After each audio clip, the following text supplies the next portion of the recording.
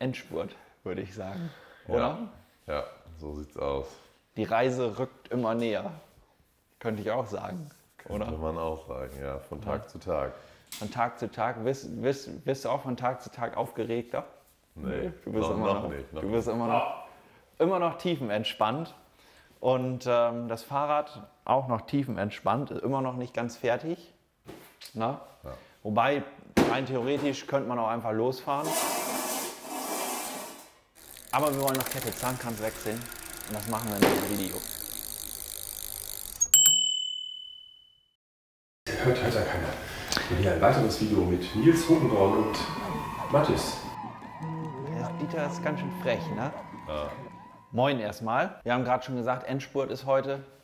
Kurz vor deiner Fahrradreise oder vom Start deiner Fahrradreise. 12.000 Kilometer hast du geplant. Ja, wie viele das hinterher werden, erfahren wir dann irgendwann in einem Jahr oder so, weil du sagst, 10 Monate bist du unterwegs, vielleicht auch etwas länger. Mal gucken, wie es läuft, genau. Ja, vielleicht kannst du noch mal kurz erzählen, was du vorhast, damit es jeder weiß. Falls er jetzt das 5. Video sieht, kann er diesen Teil überspringen. Ja, genau. Ich möchte mit diesem Stevens Rad ab Anfang August eine Europareise mit dem Fahrrad machen.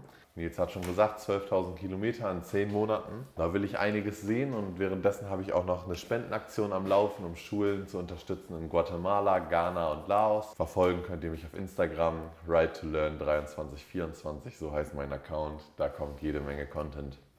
Da wird einiges zu sehen sein. Wird einiges zu sehen sein und unter anderem auch der Link zu dieser Spendenaktion. Ne? Gut, und heute in diesem Video siehst du, wie man Kette Zahnkranz selbst wechselt mit einfachem Werkzeug. Ja, nicht ganz einfachem Werkzeug, aber das meiste Werkzeug ist wirklich sehr einfach. Wir nehmen kein Profi-Werkzeug, sondern auch ein Multitool. Mathis macht das alles und ich helfe ihm so ein bisschen, wenn er nicht weiter weiß, aber so, dass er selbst am meisten lernt dabei. Ne? Ja. So. Hast du einen Kettennieter schon mal gesehen? Gesehen, ja, selber gemacht noch nicht. Okay, dann ist das heute Premiere für dich. Und eigentlich ist es ganz einfach. Wir haben ja hier das Tom 18 von SKS. Ein cooles Multitool, weil auch ein Kettennieter mit dran ist. Die andere Seite ist übrigens ein Reifenheber. Also falls du mal einen Reifen wechseln willst, kannst du das mit der anderen Seite machen. Aber gleichzeitig kannst du den hier auch wirklich gut festhalten. Du gehst quasi auf eine Außenlasche von der Kette, wenn man es hier mal so sieht. Also ganz einfach. Du setzt einfach den Kettennieter quasi auf und dann drehst du quasi jetzt einfach kräftig, bis die Kette sich öffnet. Das merkst du gleich selbst. Am besten ist, du machst das einfach selbst. Gut, dann probiere ich das mal. Da kommt gleich nochmal ein Widerstand, aber da brauchst du auch gar nicht drüber gehen quasi. Oh. Ja, denn jetzt ist er raus, das macht nichts. Ja. Wenn du jetzt zurückdrehst, dann öffnet sich, also dann fliegt die Kette auseinander. Da sind wir quasi so weit. Genau. So. Jetzt können wir die Kette hier.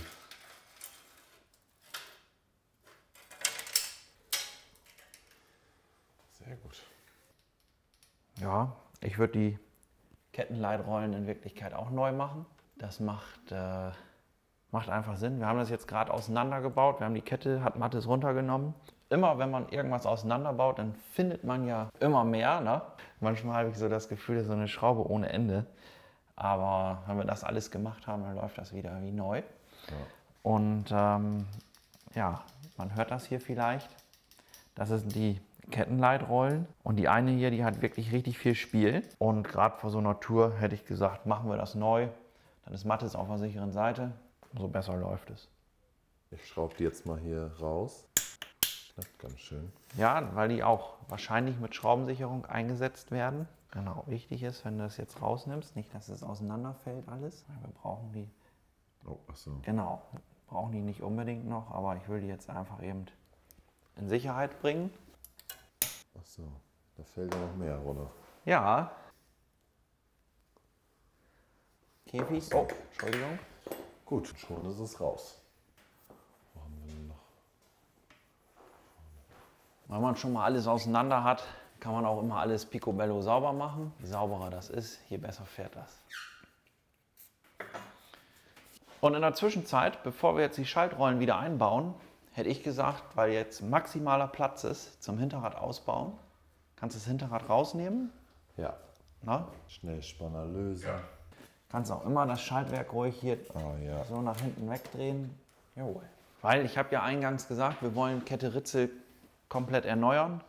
Dazu musst du einmal den Schnellspanner auch komplett rausnehmen.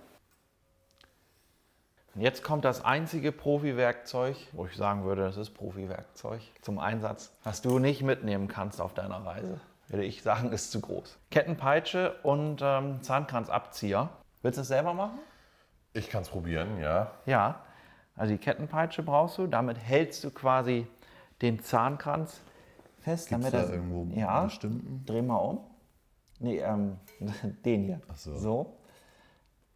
So, und wir lösen, in die Richtung wird gleich lose geschraubt, also musst du die Kette hier so auflegen. Ja, so fühlt sich das gut an. So hast du wirklich Halt. Ne? Und jetzt kommt der hier ins Ritzelpaket. Und jetzt brauchst du eigentlich nur noch nach unten drücken.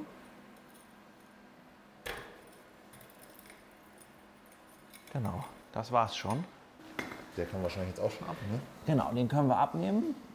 So, und jetzt kannst du normalerweise die Kassette, so heißt das Teil, so abziehen. Das geht hier zu wie im Taubenschlag. Haben wir eine richtig geile XT-Kassette jetzt für noch mehr Haltbarkeit oder für maximale Haltbarkeit. Die bauen wir da jetzt drauf. Da kannst du mal gucken. Du siehst ja hier die Abstände zwischen diesen Aussparungen, die sind teilweise unterschiedlich. Siehst du das? Ja. Du kannst jetzt mal aufsetzen. Das Gegenstück passt also nur in einer Position.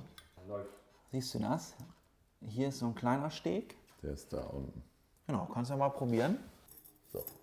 Das ging fix. Das ging fix, ne? So, jetzt haben wir das zweite. Ach, die Oder müssen auch. ja, das sind jetzt die einzelnen. Das ist nur ein Distanzring. Der passt in jeder Position, würde ich jetzt so grob behaupten. Ja, kannst du daran immer erkennen, ob es richtig rum ist oder verkehrt rum? Wo die Schrift vom Ritzel ist. Also da steht ja immer die Zähnezahl drauf und ja, noch so ein paar Angaben. Und die muss immer quasi nach außen zeigen. Okay.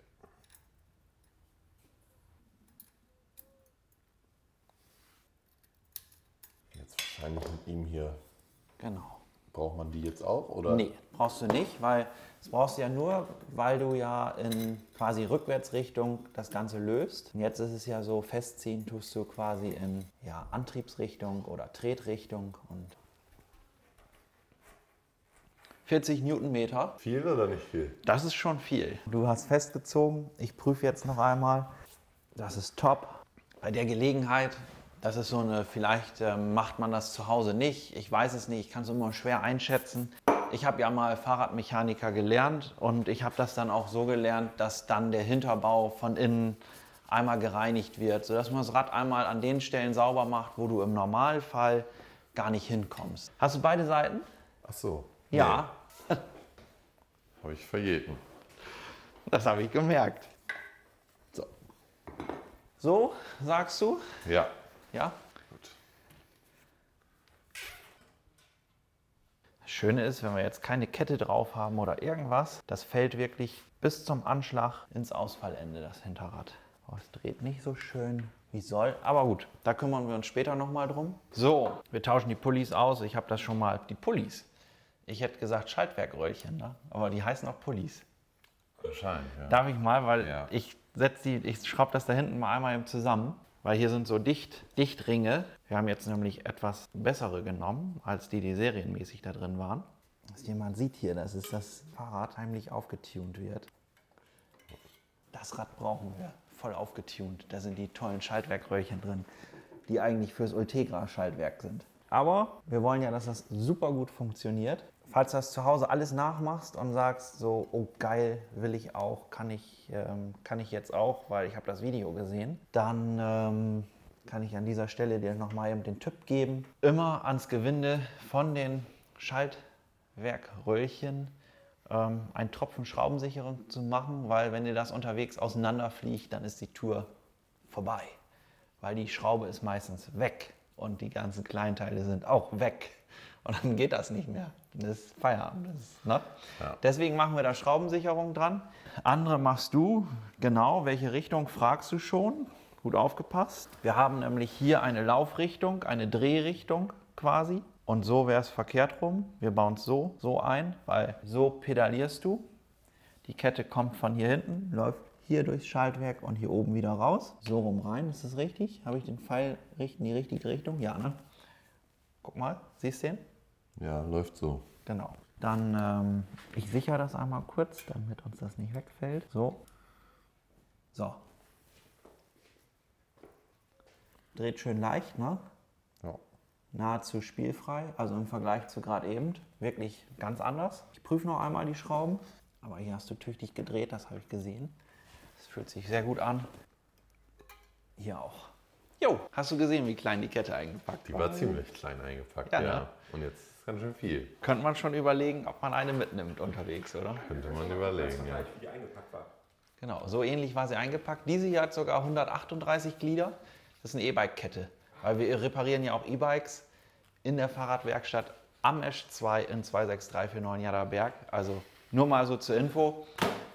Falls du doch sagst, ich will das doch nicht alles selber machen, viel zu kompliziert, schmutzige Finger haben sie auch. Ja, mein geht, aber könnte schlimmer sein, je nachdem wie das Rad in welchem Pflegezustand das ist. Dieses hier ist ja ein Top-Pflegezustand. Ja, Jetzt auf einmal. doch, das ist gut gepflegt. Also wenn du wüsstest, was wir manchmal in der Werkstatt haben, dann ist dieses Rad top gepflegt. Glaubst du mir nicht, ne?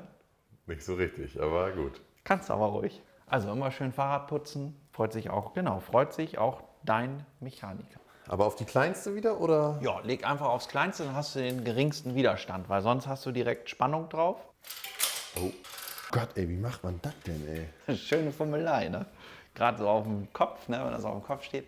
Ich komme noch nicht hin. Das verstehe ich nicht, wie das geht. Doch. Ich krieg den da nicht rein. Da komme Doch. ich nicht hin mit dem Finger. Was? Da komme ich nicht hin mit dem Finger. Ja, wir gucken mal. So, nach unten. Ja, das Gemeine ist ja, ne?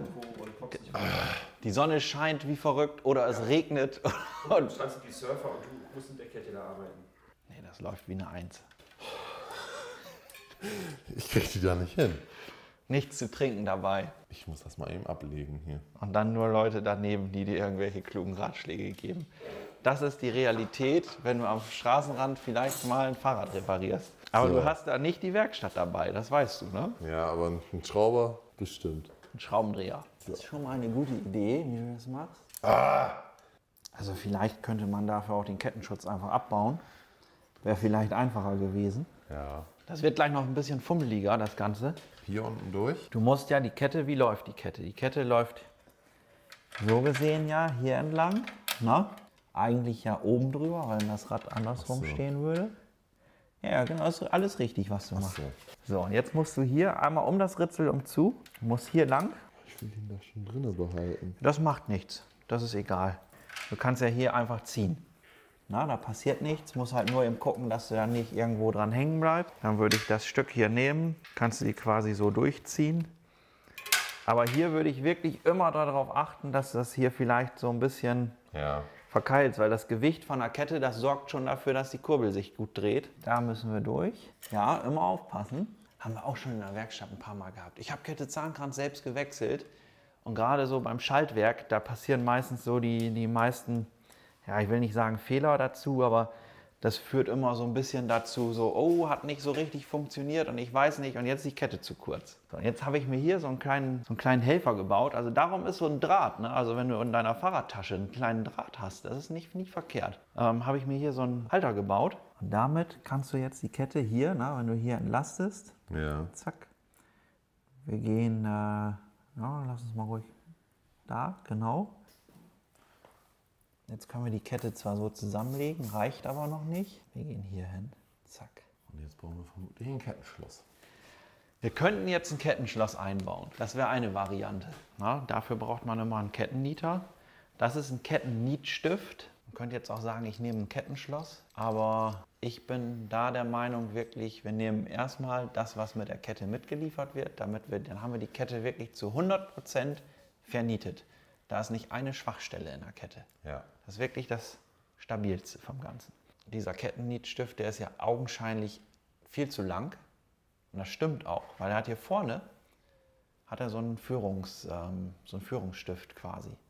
Das heißt, ich stecke den hier jetzt in die Kette. Zack. Und jetzt nehmen wir den Kettennieter, möglichst weit geöffnet. Ich hoffe, dass das passt. Und jetzt drehen wir langsam zu.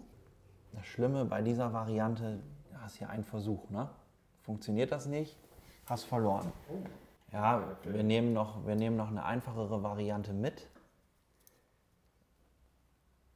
Man kann ein Schloss mitnehmen, das wackelt jetzt natürlich auch alles, ist auf dem Kopf.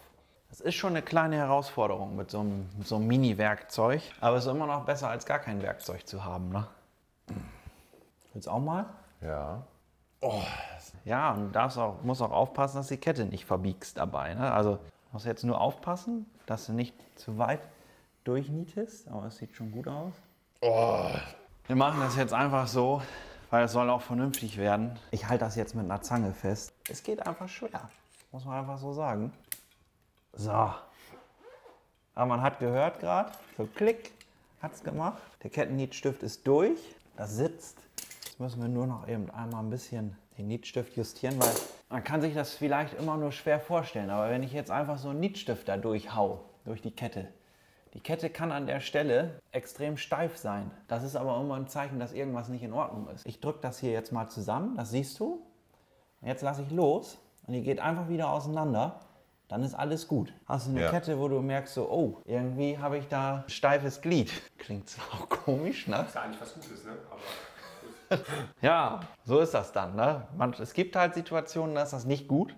Und in dem Fall hier an der Fahrradkette. In meinem Fall funktioniert es aber wirklich, oder was heißt in unserem Fall funktioniert das hier wirklich gut.